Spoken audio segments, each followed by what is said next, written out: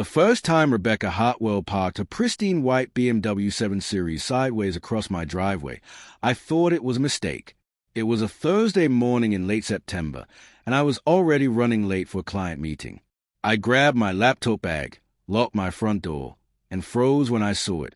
Her luxury sedan stretched horizontally across my garage entrance like a barricade, blocking both garage doors completely. I stood there for a moment, blinking in disbelief. My own car was trapped inside, and Rebecca's BMW sat there gleaming in the morning sun, as if it had every right to occupy my property. I walked over to her house, 2 doors down, and rang the doorbell. Once, twice, 3 times. Nothing. I could hear her television blaring inside, some morning talk show chattering away, but she didn't answer. I called an Uber and spent the entire ride downtown fuming. When I returned that evening, the BMW was gone, and I convinced myself it had been a one-time thing. Maybe she'd had some kind of emergency. Maybe she'd been confused. I tried to give her the benefit of the doubt. I was wrong. The following Monday, it happened again. Same BMW. Same sideways parking job. Same complete blockade of my garage. This time, I was prepared. I marched to her door and pounded harder. The door finally swung open, and Rebecca stood there in a silk bathrobe, her blonde hair perfectly styled, holding a glass of white wine even though it was barely 10 in the morning. "Can I help you?" she asked, her voice dripping with practiced irritation, as if I were the one inconveniencing her. "Your car is blocking my driveway," I said, keeping my voice level. "I can't get out of my garage." She sipped her wine and looked at me with glacial blue eyes. "The street parking is full. I have guests coming over, and I need the spaces in front of my house available." "That's not my problem," I replied. "You can't park across someone else's driveway. It's illegal." Rebecca laughed, actually laughed. "Illegal? Darling, I've lived in this neighborhood for 15 years. I know the HOA president personally. If you have a problem, take it up with him." She started to close the door, but I put my hand against it. "Move your car. Now." Her expression hardened. "Oh, what? You'll call the police? Go ahead. I'm sure they have nothing better to do than deal with petty neighborhood squabbles." She closed the door in my face. I did call the police. They came, took a report, and told Rebecca to move her vehicle. She did, but not before spending 20 minutes arguing with the officers about property lines and street parking regulations. The cops were professional but clearly exhausted by her. As they left, one officer pulled me aside. "Document everything," he said quietly. "People like her don't stop. They escalate." He was right. Over the next 2 weeks, Rebecca parked across my driveway 6 more times. Each instance followed the same pattern. I'd discovered in the morning, call the non-emergency police line, wait anywhere from 4 to 5 minutes to 2 hours for them to arrive, and watch as Rebecca took her sweet time moving her car while complaining about harassment and property rights. I contacted the HOA. The president, a retired lawyer named Gerald, was indeed friendly with Rebecca. He listened to my complaint with barely concealed disinterest and promised to look into it. Nothing changed. I installed a security camera above my garage, angled to capture both my driveway and the street. The footage was infuriating. Rebecca would pull up, look directly at the camera, smile, and then deliberately park her BMW sideways across my garage entrance. Sometimes she'd even wave. My work suffered. I missed 3 client meetings, had to reschedule a deposition, and nearly lost a major account because I couldn't guarantee I'd be able to leave my own house on time. My stress level skyrocketed. I wasn't sleeping well. Every morning became a gamble. Would I be able to access my own vehicle or not? Then came the afternoon that changed everything. I was researching property law in my home office when I stumbled across a section of the municipal code about driveway access and property owner rights. According to the statute, property owners were permitted to install reasonable barriers to prevent an authorized vehicle from blocking driveway access, provided the barriers didn't extend beyond property lines or create hazards to pedestrian traffic. The next morning, I called a contractor. "I need 2 steel posts," I told him, "removable but sturdy, 1 on each side of my driveway, right at the property line. Can you do it?" Mike, the contractor, was a solid guy in his 50s with callous hands and a no-nonsense attitude. He came by that afternoon to survey the property. "You having trouble with someone parking here?"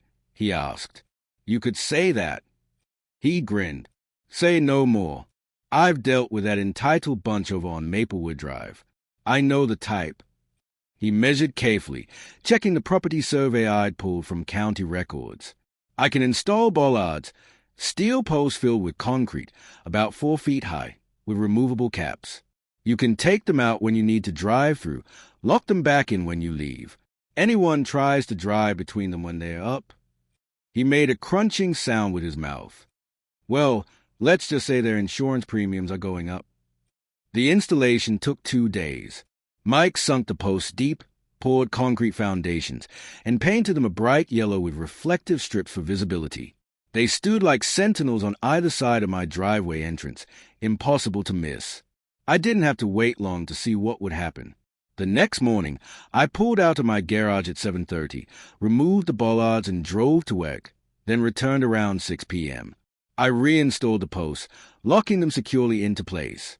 At 7:15, I was making dinner when I heard it, the distinct sound of screeching tires, followed by a tremendous crash and the prolonged blare of a car horn. I ran outside. Rebecca's BMW was wedged between my 2 steel posts. She'd apparently tried to park sideways across my driveway as usual, but this time she hadn't noticed, or had ignored, the bollards. The front corner of her BMW had slammed into the right post, crumpling the bumper and hood. The impact had spun the car slightly, causing the rear quarter panel to scrape along the left post with a sickening metal-on-metal shriek. Her driver's side door was jammed against the left bollard, trapping her inside. She was screaming, laying on the horn, her face purple with rage visible through the windshield. Neighbors emerged from their houses. Someone called 911. I stood on my lawn, phone in hand, filming everything. Rebecca was shrieking incoherently, trapped in a demolished BMW, surrounded by deployed airbags. The fire department arrived first and had to cut her out through the passenger side. She emerged wild-eyed and furious, immediately pointing at me. "He did this. He installed those things to trap me. This is entrapment. I'm suing you for everything you have." The fire chief, a woman named Martinez, looked at the bollards, then at Rebecca. These posts are clearly visible and properly installed on private property. Why were you attempting to park here?" "I always park here. The street parking is full. This is someone else's driveway. I have an arrangement." I stepped forward. "No, you don't. I've asked you repeatedly to stop blocking my garage. I've called the police 8 times in the past month. I have documentation of every incident." A police officer took statements from both of us and several neighbors. One elderly couple 2 houses down confirmed they'd witnessed Rebecca blocking my driveway at least a dozen times. Another neighbor provided dashcam footage from their car showing Rebecca deliberately parking across my entrance on multiple occasions.